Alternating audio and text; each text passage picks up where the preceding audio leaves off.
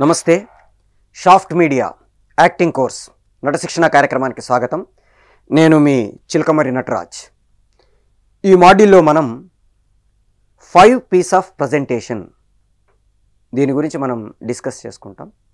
జనరల్గా shaft media సంబంధించిన ఏ కోర్సులో అయినా సరే మనం ఏదైతే కోర్స్ నేర్చుకుంటున్నామో దాంతోపాటు పర్సనాలిటీ డెవలప్మెంట్ కూడా ఇన్క్లూడ్ అయి ఉంటుంది అని నేను చాలా మాడ్యూల్స్లో చెప్తున్నాను. నటన మనం క్యారెక్టర్ని చేయడం ఎంత ఇంపార్టెంటో దానికంటే ముందు మనల్ని మనము ఆ క్యారెక్టర్ చేయడానికి ప్లస్ మనల్ని మనము నటుడిగా తయారు కావడానికి రెడీ చేసుకోవడం అనేది కూడా అంతే ఇంపార్టెంటు. ఒకసారి మనల్ని మనం రెడీ చేసుకుంటే ఏ క్యారెక్టర్ అయినా చేయడానికి వీలుగా రెడీ అవుతాం. ఇప్పుడు మనము గోధుమ పిండి కలిపేసుకున్నారనుకోండి, కలిపేసుకుంటే మీరు దాంతో పూరీ చేసుకోవచ్చు, చపాతీ చేసుకోవచ్చు, తర్వాత గుజరాతీ టైప్ పార్టీ చేసుకోవచ్చు, ఏదైనా చేసుకోవచ్చు. బట్ మనల్ని మనం ఆ గోధుమ పిండి లాగా తయారు చేసుకోవాలి. ఒక కుమ్మరి మట్టి రెడీ చేసుకున్న తర్వాత దాంతో కూజ తయారు చేస్తాడా, కుండ తయారు చేస్తాడా, చిప్ప తయారు చేస్తాడా, బొచ్చ తయారు చేస్తాడా, ఏదైనా తయారు చేసుకోవచ్చు. బేస్డ్ ఆన్ ది రిక్వైర్మెంట్, అక్కడ అవసరాన్ని బట్టి మనల్ని మనం మౌల్డ్ చేసుకోవడానికి వీలుగా ముందు మనల్ని ప్రిపేర్ చేసుకోవాలి. ఆ ప్రిపేర్ చేసుకోవాలంటే ఒక ఆర్డర్లో వెళ్తే ఎఫెక్టివ్గా ఉంటుంది. ఏ ఆర్డర్లో వెళ్తే మనం సాధించగలుగుతాము అనేది ఇప్పుడు మనం మాట్లాడుకుంటాం. దీన్నే 5 పీస్ ఆఫ్ ప్రజెంటేషన్ అంటాం. First P project selection. అంటే ఒక ప్రాజెక్ట్ని మీరు సెలెక్ట్ చేసుకునే ముందు ఒక నటుడు కావచ్చు, ఒక దర్శకుడు కావచ్చు, ఒక రచయిత కావచ్చు, ఎవరైనా సరే మనం మన కోర్సుని చేసే ప్రాసెస్లో ఏ ప్రాజెక్ట్ సెలెక్ట్ చేసుకోవాలి, వచ్చినవన్నీ యాక్సెప్ట్ చేయాలా, లేకపోతే నాకు కావలసినవి, నాకు నచ్చినవి, నేను చేయగలిగినవే సెలెక్ట్ చేసుకోవాలా అనేది ఫస్ట్ డెసిషన్ తీసుకోవడం అనేది చాలా ఇంపార్టెంట్. అయితే కండిషన్స్ అప్లై. స్టార్టింగ్ స్టేజ్లో నాకు నచ్చిందే నేను చేస్తా అంటే కుదరదు, వాళ్ళకి నచ్చింది నేను చెయ్యాలి. మరెలా? సో ఫస్ట్ అసలు ఏవి సెలెక్ట్ చేసుకోవడం అనేది చెక్ చేసుకుంటే వాటిని ఎట్లా మార్చుకోవచ్చు అనేది మనం తర్వాత చేసాం. ఫస్ట్ అన్నిటికంటే ముందు ఇంట్రెస్ట్. ఆ ప్రాజెక్టుల పట్ల మనకి ఇంట్రెస్ట్ ఉండే ప్రాజెక్ట్ని సెలెక్ట్ చేసుకోవాలి. మనకి నచ్చే ప్రాజెక్ట్ని సెలెక్ట్ చేసుకోవాలి. మీకు నచ్చే ప్రాజెక్ట్ సెలెక్ట్ చేసుకుంటే మనస్ఫూర్తిగా పనిచేస్తారు. నచ్చని ప్రాజెక్ట్ సెలెక్ట్ చేసుకుంటే అంత ఇంట్రెస్టింగ్గా పని చెయ్యం మనం. అందుకని ముందు ఇంట్రెస్ట్ ఉండాలి, నచ్చే ప్రాజెక్ట్నే సెలెక్ట్ చేసుకోవాలి. సెకండ్ది క్యాలిబర్. క్యాలిబర్ అంటే మన కెపాసిటీ ఏంటి, మన సామర్థ్యత ఏంటి, మన సామర్థ్యం దేనికి సరిపోతుంది. నన్ను పిలిచి మీరు బాహుబలిలో హీరోగా చేయాలన్నారనుకోండి, వెళ్ళిపోతాం పదండి అన్ను. ఎందుకన్ను? బాహుబలి చెయ్యాలంటే బాహుబలి అనగానే నమ్మేటట్టుగా ఉండాలి. నేను 5 అంగుళాల హైటు, చూస్తే గట్టిగా పీకితే 2 పడిపోతాడనే అది, తర్వాత ఒక 45-50 ఏళ్ళ వయసు, అసలు అవతల పో అంటారు. నేను బాబు నేను చేస్తాను వెళ్ళినా కానీ అవతల పో అంటారు. సో మన క్యాలిబర్ ఏంటి, మనం దేనికి సమర్థులము? ఇప్పుడు నేనున్న పరిస్థితుల్లో తాగుబోతు క్యారెక్టర్ ఏమన్నారు అనుకోండి, అడ్రస్ అంపెత్తండ్రే అన్నాను అనుకోండి, ఓకే తాగుబోతులా కనబడుతున్నాం, చెయ్యి అంటారు. ఒక ఆఫీసర్ లాగా చేయమన్నారు అనుకోండి, ఓకే నిలబడే ప్రాసెస్, రైట్ చేయగలను, కాన్ఫిడెన్స్, నా క్యాలిబర్ నాకు తెలుసు, నేను చేయొచ్చు. అంతేగా నువ్వు కృష్ణుడిగా చెయ్యన్నారనుకోండి, అంటే ఇప్పుడు చేయకూడదని రూలా, చెయ్యలేమా? ఎవరైనా ఏదైనా చెయ్యగలము. మనం ఒక దాంట్లో ఆల్రెడీ మనం మాట్లాడుకున్నాం, ఒక మాడ్యూల్లో టెన్సింగ్ నార్కే, ఎడ్మండ్ హిల్లరీ గురించి మాట్లాడుకున్నాం మనం. కొన్ని లక్షల మంది చేయలేని పనిని వాళ్ళిద్దరూ చేసి చూపించారు. ఆ తర్వాత కొన్ని లక్షల మంది చేశారు. సో చెయ్యలేము అనేది ఉండదు, కానీ ముందు అసలు మన సామర్థ్యం ఏంటి అనేది ఫస్ట్ డిసైడ్ చేసుకొని మనం చేయడానికి ప్రయత్నం చేస్తాం. నెక్స్ట్ది రిసోర్సెస్. అంటే దానికి అవసరమైన వనరులు ఏంటి. నేను ప్రాజెక్ట్ సెలెక్ట్ చేసుకున్నాను, దాన్ని పూర్తి చేయాలి కదా. పూర్తి చేయడానికి నాకు కావాల్సిన వనరులు ఏంటి, నాకు దానికి సంబంధించిన ఇన్ఫర్మేషన్ ఎక్కడ దొరుకుతుంది. ఉదాహరణకి నన్ను ఒక ఏలియన్ క్యారెక్టర్ చేయమన్నారు, ఓకే అని వెళ్ళిపోయాను. ఏలియన్ అంటే ఎలా ఉండాలి, ఏలియన్ అంటే ఏంటి అసలు, ఒక గ్రహాంతరవాసి అంటే ఎక్కడి నుంచి వస్తాడు, ఏ గ్రహం నుంచి వస్తాడు, వాడు వస్తే ఎట్లా ఉంటాడు, ఎట్లా బిహేవ్ చేస్తాడు, ఏం మాట్లాడతాడు, ఈ ఇన్ఫర్మేషన్ నాకు ఎక్కడి నుంచి దొరుకుతుంది? హౌ బెటర్ మిగతా వాళ్ళలాగా నేను చేయమంటే నేను ఏలియన్ అన్నాను, అనొచ్చు, తప్పేం లేదు. కానీ మిగతా వాళ్ళలా కాకుండా అబ్బా నిజంగా ఏలియన్ అంటే ఇలానే ఉంటుందేమోరా, బహుశా గ్రహాంతరవాసులు ఇట్లాగే బిహేవ్ చేస్తారేమోరా అనిపించేంతగా నేను పర్ఫార్మెన్స్ చేసేటట్టుగా నాకు రిసోర్స్ ఎక్కడ దొరుకుతుంది? నెక్స్ట్ది బెనిఫిట్ ఏంటి, ఇది చేయడం వల్ల నాకు వచ్చే లాభం ఏంటి? త్రూ అవుట్ సినిమా ఉన్నాను, కనీసం గట్టిగా ఎక్స్ప్రెస్ చేయడానికి అవకాశం లేదు. పక్కన కుర్చీ ఉంది, పక్కన టేబుల్ ఉంది, నేనున్నాను. అవసరమా? స్టార్టింగ్ స్టేజ్లో అవసరమే. అట్లా 4 సినిమాలలో కనబడితే 5వ సినిమాలో వీడెవడో బాగా మంచి టేబుల్, మంచి కుర్చీ, విరిగిపోతున్న కుర్చీ కాదురా ఇది మంచి కుర్చీ, వీడిని మంచి కుర్చీ లాంటి వాడిని మంచిగా వాడుకోవచ్చు అనే ఫీలింగ్ వాళ్ళకి క్రియేట్ అవుతుంది. సో స్టార్టింగ్ స్టేజ్లో మనం అవసరమా అనుకోకుండా దానివల్ల మనం ఏం అచీవ్ చేయొచ్చు అనేది ఆలోచిస్తాం. Last but not the least time bound. మనకున్న టైం ఎంత, మనం వెచ్చించగలిగిన టైం ఎంత, మనకు వాళ్ళు ఇస్తున్న టైం ఎంత. ఒక ప్రాజెక్ట్ సెలెక్ట్ చేసుకోవడానికి ఇంట్రెస్ట్ చూసుకోవాలి, క్యాలిబర్ చూసుకోవాలి, రిసోర్సెస్ చూసుకోవాలి, బెనిఫిట్ చూసుకోవాలి, టైం చూసుకోవాలి. ఈ 5 చూసుకొని మనం ఒక ప్రాజెక్ట్ని సెలెక్ట్ చేసుకుంటాము. This is first P. సెకండ్ది ప్లానింగ్. ప్లానింగ్ అనేది one of the most important way to success. ఎంత పర్ఫెక్ట్గా ప్లాన్ చేసుకోగలిగితే మనం అంత ఎఫెక్టివ్గా సక్సెస్ అవ్వగలుగుతాము. ప్లానింగ్ లేకుండా చేసే ఏ పని కూడా కంఫర్టబుల్గా ఎండ్ కాదు. ఇది మనకి పెద్దలు చెప్పిన మాటే కాదు, ప్రూవ్డ్ సత్యం. ఎంతోమంది ప్రూవ్ చేసిన ట్రూత్ ఇది. సో మనము ఒక పర్ఫెక్ట్ ప్లానింగ్తో వెళ్తేనే మనం అనుకున్నది సాధించగలుగుతాము. మీరు ఇవాళ ఈ కోర్స్ ఎందుకు నేర్చుకుంటున్నారు? ఒక సక్సెస్ఫుల్ యాక్టర్ కావడానికి. అంటే మీ ప్లానింగ్ స్టార్ట్ అయిపోయింది. మీరు ఈ కోర్స్ నేర్చుకోవడం ద్వారా మీ ప్లానింగ్లో ఫస్ట్ స్టెప్ని కంప్లీట్ చేసుకొని ముందుకెళ్ళడానికి మిమ్మల్ని మీరు ప్రిపేర్ చేసుకోవడానికి రెడీ అవుతున్నారు. అంటే మీ ప్లానింగ్లో లెర్నింగ్ అనేది ఒక భాగంగా మీరు సెలెక్ట్ చేసుకున్నారంటే you are in correct path. So సెకండ్ది ప్లానింగ్ అంటాం. ఈ ప్లానింగ్ కూడా original planning, alternate planning and disaster planning అని 3 రకాలు ఉంటుంది. అంటే ఒరిజినల్ ప్లానింగ్ అంటే ఈ పని నేను ఇలా చేద్దాం అనుకుంటున్నాను అని ప్లాన్ చేసుకుంటాం. ఎప్పుడైనా సరే ఒక పనిని సైకలాజికల్గా ముందే చేసేసుకోవడాన్ని ప్లానింగ్ అంటాం. అంటే మన మైండ్లో దాన్ని కంప్లీట్ చేసేసుకుంటాం. ఇది ఇట్లా చేస్తాం, ఇది ఇట్లా చేస్తాం, ఇది ఇట్లా చేస్తాం, ఇది ఇట్లా చేస్తాం. దాన్ని ప్లానింగ్ అంటాము. కొంతమంది పేపర్ మీద రాసుకుంటారు, కొంతమంది మైండ్లో రాసుకుంటారు, కొంతమంది నోట్స్లో రాసుకుంటారు, కొంతమంది స్లిప్ మీద రాసుకొని జేబులో పెట్టుకుంటారు. What ever. ప్లానింగ్ ఎప్పుడు కూడా ఒరిజినల్ ప్లానింగ్ అంటే నేను దాన్ని ఎప్పుడు ఏం చేయాలి అనేది పర్ఫెక్ట్గా సెట్ చేసి పెట్టుకోవడాన్ని ఒరిజినల్ ప్లానింగ్ అంటాం. నెక్స్ట్ ఇది ఆల్టర్నేట్ ప్లానింగ్ అంటాం. అంటే ప్లాన్ బి అంటుంటారు జనరల్గా. ఒక ప్లాన్ సక్సెస్ కాకపోతే ఏం చేయాలో ప్లాన్ చేసి పెట్టుకోవడాన్ని మనం ఆల్టర్నేట్ ప్లానింగ్ అంటాం. అంటే ఉదాహరణకి నేను ఒక ట్రైన్లో వెళ్దాం అనుకున్నాను, ట్రైన్ మిస్ అయింది, ఏం చేయాలి? ఇమీడియట్గా బస్సులో వెళ్ళిపోతాను. బస్సు కూడా బుక్ చేసి పెట్టుకుంటారు కొంతమంది. ఒకవేళ ట్రైన్లో కుదరకపోతే నేను బస్సులో వెళ్ళిపోతాను, బస్సు కూడా టికెట్స్ రెడీగా పెట్టుకుంటాను. లేకపోతే బస్ టికెట్లు రెడీగా లేకపోతే క్యాన్సిల్ చేసేసుకోవచ్చు కావాలంటే, కానీ నాకు ఆ టైం మళ్ళీ రాదు అని ప్లాన్ చేసుకుంటారు. దీన్ని ప్లాన్ బి అంటాం. మన దగ్గర కొంచెం ఈ ఆల్టర్నేట్ ప్లానింగ్ చాలా తక్కువ. మీకు ఫారిన్ కంట్రీస్లోకి వెళ్తే కొన్ని డెవలప్డ్ కంట్రీస్లో ప్లాన్ ఏ ఎంత ఇంపార్టెంట్గా మనం రెడీ చేసి పెట్టుకుంటామో ప్లాన్ బి అంతే ఇంపార్టెంట్తో రెడీ చేసి పెట్టుకుంటారు. మూడవది డిజాస్టర్ ప్లానింగ్ అంటాం. అంటే ప్లాన్ ఏ అనుకున్నాము, వెళ్ళిపోతున్నాము, అయిపోతుంది అనే టైంలో ఫటక్మని అయిపోయింది. ప్లాన్ బి కూడా చేసే అది లేదు. రైల్లో వెళ్తున్నాను, మధ్యలో ఆగిపోయింది ట్రైను, నేను దిగి మళ్ళీ వెనక్కి వెళ్ళి బస్సులో రాలేను, బస్సు కూడా వెళ్ళిపోయి ఉంటుంది. అప్పటికప్పుడు స్పాంటేనియస్గా దాన్ని అమలుపరచడానికి వీలైన తగు జాగ్రత్తలు తీసుకోవడాన్ని డిజాస్టర్ ప్లానింగ్ అంటాం. జనరల్గా ఈ డిజాస్టర్ ప్లానింగ్ ఎప్పుడు కూడా ముందు అనుకోకూడదు. కీడించి మేలించు అంటాం కానీ పెద్దవాళ్ళు, మనం ఎప్పుడు కూడా వీలైనంత వరకు plan A plan be ready చేసి పెట్టుకుంటాం.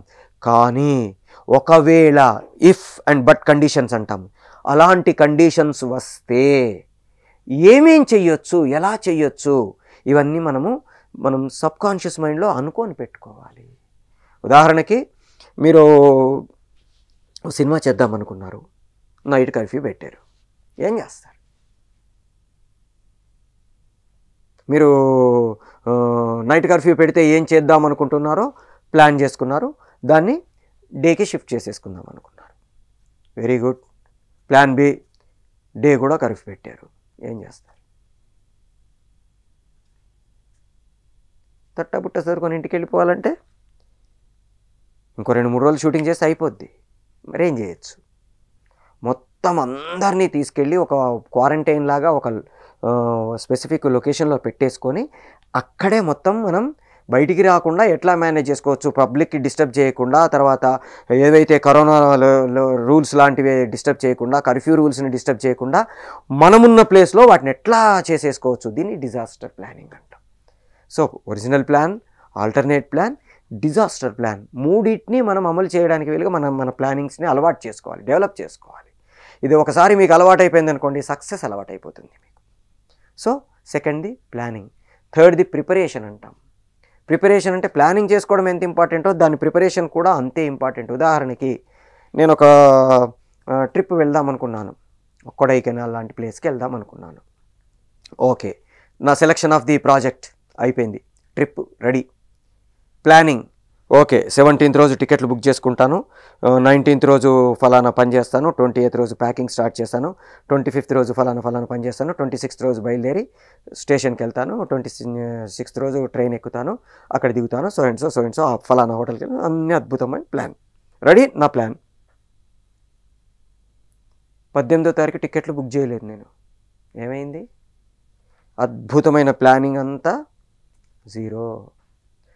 ఓ పెయింటింగ్ వేద్దాం అనుకున్నాను, ఫలానా కలర్ కావాలి, ఫలానా అది కావాలి, అంత బ్యూటిఫుల్ ప్లాన్ వేసుకున్నాను. కలర్స్ కొనుక్కొచ్చుకోవాలా, తెచ్చుకోవాలా, కూర్చొని నేను క్యాన్వాస్ పెట్టుకొని బ్రష్ పెట్టుకొని ఏం చేసుకుంటాను? ఒక క్యారెక్టర్ చేద్దాం అనుకున్నాను, బ్యూటిఫుల్ క్యారెక్టర్, మంచి క్యారెక్టర్ దొరికింది, ఒక పని చేద్దాం. 16వ తారీఖు రోజు ఒక సెమినార్ ఉంది, ఆ సెమినార్కి వెళ్ళేసి ఆ క్యారెక్టర్కి సంబంధించిన టైప్ ఆఫ్ అది ఆ సెమినార్లో కనబడతాయి, వాటిని నేను ఇన్పుట్స్ తెచ్చుకొని బ్యూటిఫుల్గా రెడీ చేసుకొని దాన్ని బట్టి నేను నా ప్రిపరేషన్ చేసుకుందాం అనుకున్నాను. అక్కడికి వెళ్ళాలా, ఏమవుతుంది? నేను అద్భుతంగా చేసిన ప్లానింగ్ అంతా జీరో అయిపోతుంది. నేను ప్లాన్ చేసుకోవడం ఎంత ఇంపార్టెంటో దానికి సంబంధించిన ప్రిపరేషన్స్ కూడా అంతే ఇంపార్టెంటు. ఈ ప్రిపరేషన్స్ కూడా ఎఫెక్టివ్గా చేసుకోవాలి, జాగ్రత్తగా చేసుకొని ఏ రోజుకు ఆ రోజు, అంటే ఎప్పుడు ప్లాన్ చేసామో అప్పటికి అది కంప్లీట్ అయిపోయేటట్టుగా మనం దాన్ని వర్క్ చేసుకుంటూ వెళ్తే ప్రిపరేషన్ సక్సెస్ఫుల్గా కంప్లీట్ అయిపోతుంది. సో ఫస్ట్ ప్రాజెక్ట్ సెలెక్ట్ చేసేసుకున్నాను, ఆ తర్వాత దానికి సంబంధించిన ప్లానింగ్ చేసుకున్నాను, ఆ తర్వాత దానికి సంబంధించిన ప్రిపరేషన్స్ చేసుకున్నాను. మిగతా వాటికి మనకు ఉండే ఒక అడిషనల్, మిగతా జనరల్గా 4 పీసే చెప్తాం, ఓ బిజినెస్ కానీ లేకపోతే ఇంకో వాటికి కానీ 4 పీసే చెప్తాం. బట్ మన ఫీల్డ్కి సంబంధించి ఒక యాక్టింగ్, డైరెక్షన్, వీటికి సంబంధించి అడిషనల్గా ఇంకొకటి ఎక్స్ట్రా ఉండేది ఏంటంటే ప్రాక్టీస్. ఎప్పుడైనా సరే ప్రజెంటేషన్కి సంబంధించి, పర్ఫార్మెన్స్కి సంబంధించిన వాటిల్లో ప్రాక్టీస్ అనేది one of the most important stage. నేను అనుకున్నాను, అన్ని ప్లానింగ్ చేశాను, ప్రిపరేషన్ అయ్యాను. ప్రాక్టీస్ చేయకుండా డైరెక్ట్గా వచ్చి నేను కెమెరా ముందో లేకపోతే ప్రేక్షకుల ముందో లేకపోతే నేను ఎవరి ముందు అయితే పర్ఫార్మెన్స్ చేయాలో వాళ్ళ ముందో నిలబడ్డాను అనుకోండి, ఏం లాభం? మళ్ళీ మొదటికి వస్తుంది. సో ప్రాక్టీస్, మనకి సూక్తే ఉంది కదా, ప్రాక్టీస్ మేక్స్ మ్యాన్ పర్ఫెక్ట్ అని. సో మనల్ని మనం పర్ఫెక్ట్గా కంప్లీట్ చేసుకోవాలనుకుంటే వీ షుడ్ ప్రాక్టీస్. ఎంత విగరస్గా ప్రాక్టీస్ చేసుకుంటే అంత ఎఫెక్టివ్గా ఉంటారు. మీరు మీ కొన్ని మాడ్యూల్స్లో మనం అమెచ్యూర్ క్వాలిటీస్ వాటి గురించి మాట్లాడుకునేటప్పుడు తరచుగా చెప్పడం జరిగింది, మనం ఎంత విగరస్గా ప్రాక్టీస్ చేస్తే మన కాన్ఫిడెన్స్ లెవెల్స్ అంత పెరుగుతాయి, మన ప్రజెంటేషన్ క్వాలిటీ అంత పెరుగుతుంది అనేది మనం ఆల్రెడీ డిస్కస్ చేసుకున్నాం. మళ్ళీ వాళ్ళు ఒకసారి ఆ ప్రాక్టీస్ తాలూకు ఇంపార్టెన్స్ని మనం ఇంకోసారి గుర్తు చేసుకుంటున్నాం. సో మనము ప్రాజెక్ట్ సెలెక్ట్ చేసుకున్నాము, దానికి సంబంధించిన ప్లానింగ్ చేసుకున్నాము, దాన్ని ప్రిపరేషన్ చేసుకున్నాము, ప్రిపేర్ చేసుకున్న దాన్ని ప్రాక్టీస్ చేయడం మొదలెట్టాము. ప్రాక్టీస్లో కూడా డిఫరెంట్ టైప్స్ ఆఫ్ ప్రాక్టీస్ ఉంటాయి. జస్ట్ సైకలాజికల్ ప్రాక్టీస్ అంటాము, ఫిజికల్ ప్రాక్టీస్ అంటాము, గ్రూప్ ప్రాక్టీస్ అంటాము, తర్వాత కెమెరా ప్రాక్టికల్స్ లాగా కెమెరా ప్రాక్టీస్ అంటాము, లేదా డెమోన్స్ట్రేషనల్ ప్రాక్టీస్ అంటాము. ఇట్లా రకరకాల ప్రాక్టీసెస్ ఉంటాయి. సో ఏదో ఒక రకమైన ప్రాక్టీస్ లేదా అన్ని రకాల ప్రాక్టీస్ వీలైతే అన్ని రకాల ప్రాక్టీస్. పర్టికులర్గా ఇట్లాంటి వాటికి డెమోన్స్ట్రేషనల్ ప్రాక్టీస్ ఎప్పుడు కూడా ఎఫెక్టివ్ వే. అంటే మనం ఏం చేయాలనుకుంటున్నామో చూపించి వాళ్ళ దగ్గర నుంచి ఫీడ్బ్యాక్ కూడా తీసుకుంటాం. ప్రాక్టీస్ చేయడం, ప్రాక్టీస్ చేసిన తర్వాత ఫీడ్బ్యాక్ తీసుకోవడం, మళ్ళీ ప్రాక్టీస్ చేయడం, మళ్ళీ ఫీడ్బ్యాక్ తీసుకోవడం, ఫైనల్గా ఒక డెసిషన్కి రావడం. సో ప్రాక్టీస్ చేసిన తర్వాత last but not the least presentation. మనం ఈ 4 స్టెప్పులు పర్ఫెక్ట్గా ప్లాన్ చేసుకొని వచ్చేస్తే ప్రజెంటేషన్ పెద్ద కష్టం కాదు, చాలా ఈజీగా ప్రజెంట్ చేయొచ్చు. ఇవన్నీ అవసరమా, లేకపోతే చేయలేమా, చాలామందికి డౌట్ ఉంటుంది. మనకి బెస్ట్ ఎగ్జాంపుల్ అమితాబ్ బచ్చన్ గారు. ఆయన యాక్టర్స్ ట్రైనింగ్ కంప్లీట్ చేసి దాదాపు ఒక 45-50 సంవత్సరాల పాటు యాక్టర్గా కంప్లీట్ చేసిన తర్వాత కౌన్ బనేగా కరోడ్పతి వాళ్ళు, సార్ మీరు ఈ షోని మీరు హోస్ట్ చేస్తే బాగుంటుంది అన్నారు. ఐఎమ్ నాట్ అన్ యాంకర్, నేను చెయ్యాలా? Selection of the project accept చేయాలా వద్దా, నా క్యాలిబర్ ఉందా లేదా? ఫస్ట్ ఆయన మనం ఏదైతే మాట్లాడుకున్నాం, ఇంట్రెస్ట్ ఉంది, వెరీ గుడ్. క్యాలిబర్ కొంచెం డౌట్ వచ్చింది, టైము ఓకే. అప్పుడు ఆయన ఉన్న పరిస్థితుల్లో ఒక 3-4 సినిమాలు చేతిలో ఉన్నాయి, అవి కంప్లీట్ చేసుకుంటే చేసేయచ్చు. సో ఇట్లా ఆయన ఆలోచించుకొని then he decided to take training for anchoring. 40 ఏళ్ళు 50 ఏళ్ళు యాక్టర్గా రాజ్యమేలేసిన బిగ్ బీకి మళ్ళీ ట్రైనింగ్ అవసరమా, మళ్ళీ ప్రాక్టీస్ అవసరమా అనుకోలే ఆయన. ఎస్, ఐ నీడ్ ఇట్ అనుకున్నాడు. ఆయన స్టార్ట్ చేశారు. ప్రజెంటేషన్ స్కిల్స్, ప్లాట్ఫామ్ స్కిల్స్, వీటన్నిటి మీద అవగాహన పెంచుకున్నారు. యాక్టర్కి యాంకర్కి ఉండే తేడా తెలుసుకున్నారు. తనని తాను బెస్ట్గా ఎట్లా ప్రజెంట్ చేసుకోవాలి, రెస్ట్ పొజిషన్ అంటే ఏంటి, how to communicate directly to the camera and how to address the spectator, ఇట్లా రకరకాల వాటిని ఆయన ఆకలింపు చేసుకొని నేర్చుకొని వాటిని ప్రాక్టీస్ చేసి దెన్ కౌన్ బనేగా కరోడ్పతి ముందుకు వచ్చారు ఆయన. అది ఎంత సక్సెస్ షో అయిందో మనందరికీ తెలుసు. ఎందుకంత సక్సెస్ అయింది? ఏదో అలా అమితాబ్ బచ్చన్ గారు చేశారు కాబట్టి కాలా. తర్వాత చాలామంది అలాంటి ప్రోగ్రామ్స్ చేయడానికి ట్రై చేశారు. ఎందుకు అందరూ సక్సెస్ కాలేదు? కొందరే సక్సెస్ అయ్యారు. బికాస్ ఆ ప్రాసెస్ చేయడం కోసం వాళ్ళని వాళ్ళు మౌల్డ్ చేసుకోవడానికి ట్రై చేశారు కాబట్టి, వాళ్ళని వాళ్ళు ప్రిపేర్ చేసుకున్నారు కాబట్టి. మనం ఏదైతే 5 P's అన్నామో ఈ ప్రాసెస్లోనే, అంటే ఆర్డర్ తెలిసి చేయొచ్చు, తెలియకుండా చేయొచ్చు. మనకి ఈ ఆర్డర్లో వెళ్తే బాగుంటుందని వాళ్ళు ఏదో ఒక ఆర్డర్ అనుకొని చేయొచ్చు. ఏది చేసినా ఈ ప్రాసెస్లో చేస్తే వీ విల్ బీ సక్సెస్ఫుల్. మీరు ఒక యాక్టర్గా డెవలప్ కావాలనుకున్నప్పుడు, ఇప్పుడు మనం మళ్ళీ మాట్లాడుకుందాం. అన్నీ మన చేతుల్లో ఉండవు కదా అనుకున్నప్పుడు మాట్లాడుకుందాం. First project selection. నాకు నచ్చిన ప్రాజెక్టే నేను చేస్తాను.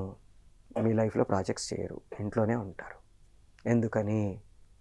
మనకంటూ ఒక స్టేచర్ ఏర్పడి, నేను కాదు నాకు ఇది కావాలి, ఇదే కావాలి అనుకునే స్టేజ్ నేను సంపాదించుకునేంత వరకు కూడా నాకు నచ్చింది దొరకదు.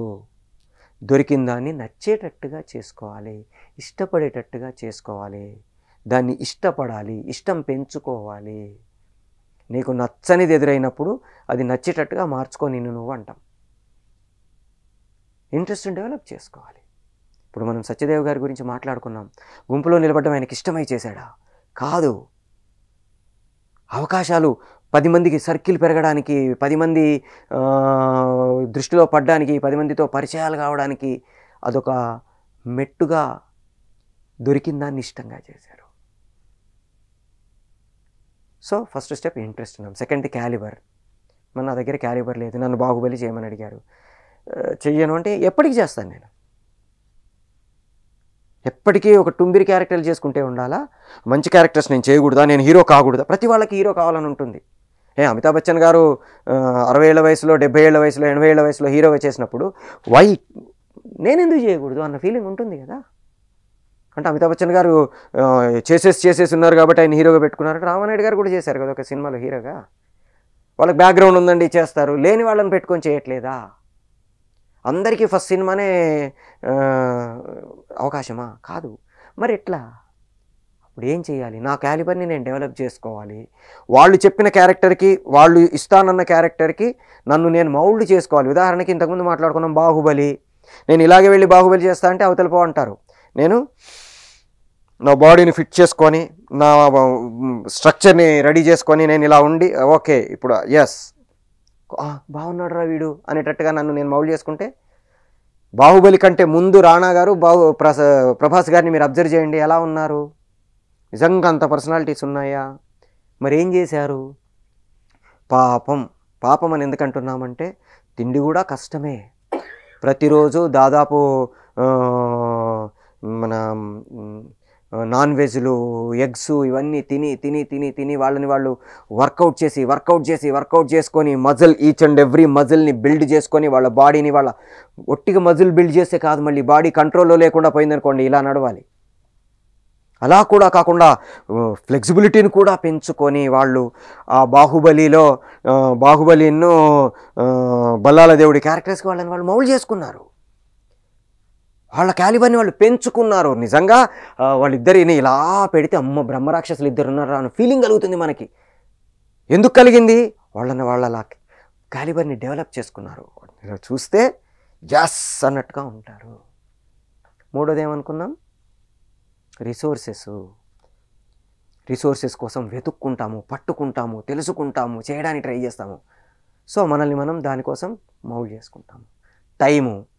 దొరికిన టైంని ఇంకొంచెం ఎక్కువ ఇవ్వడానికి ట్రై చేస్తాము.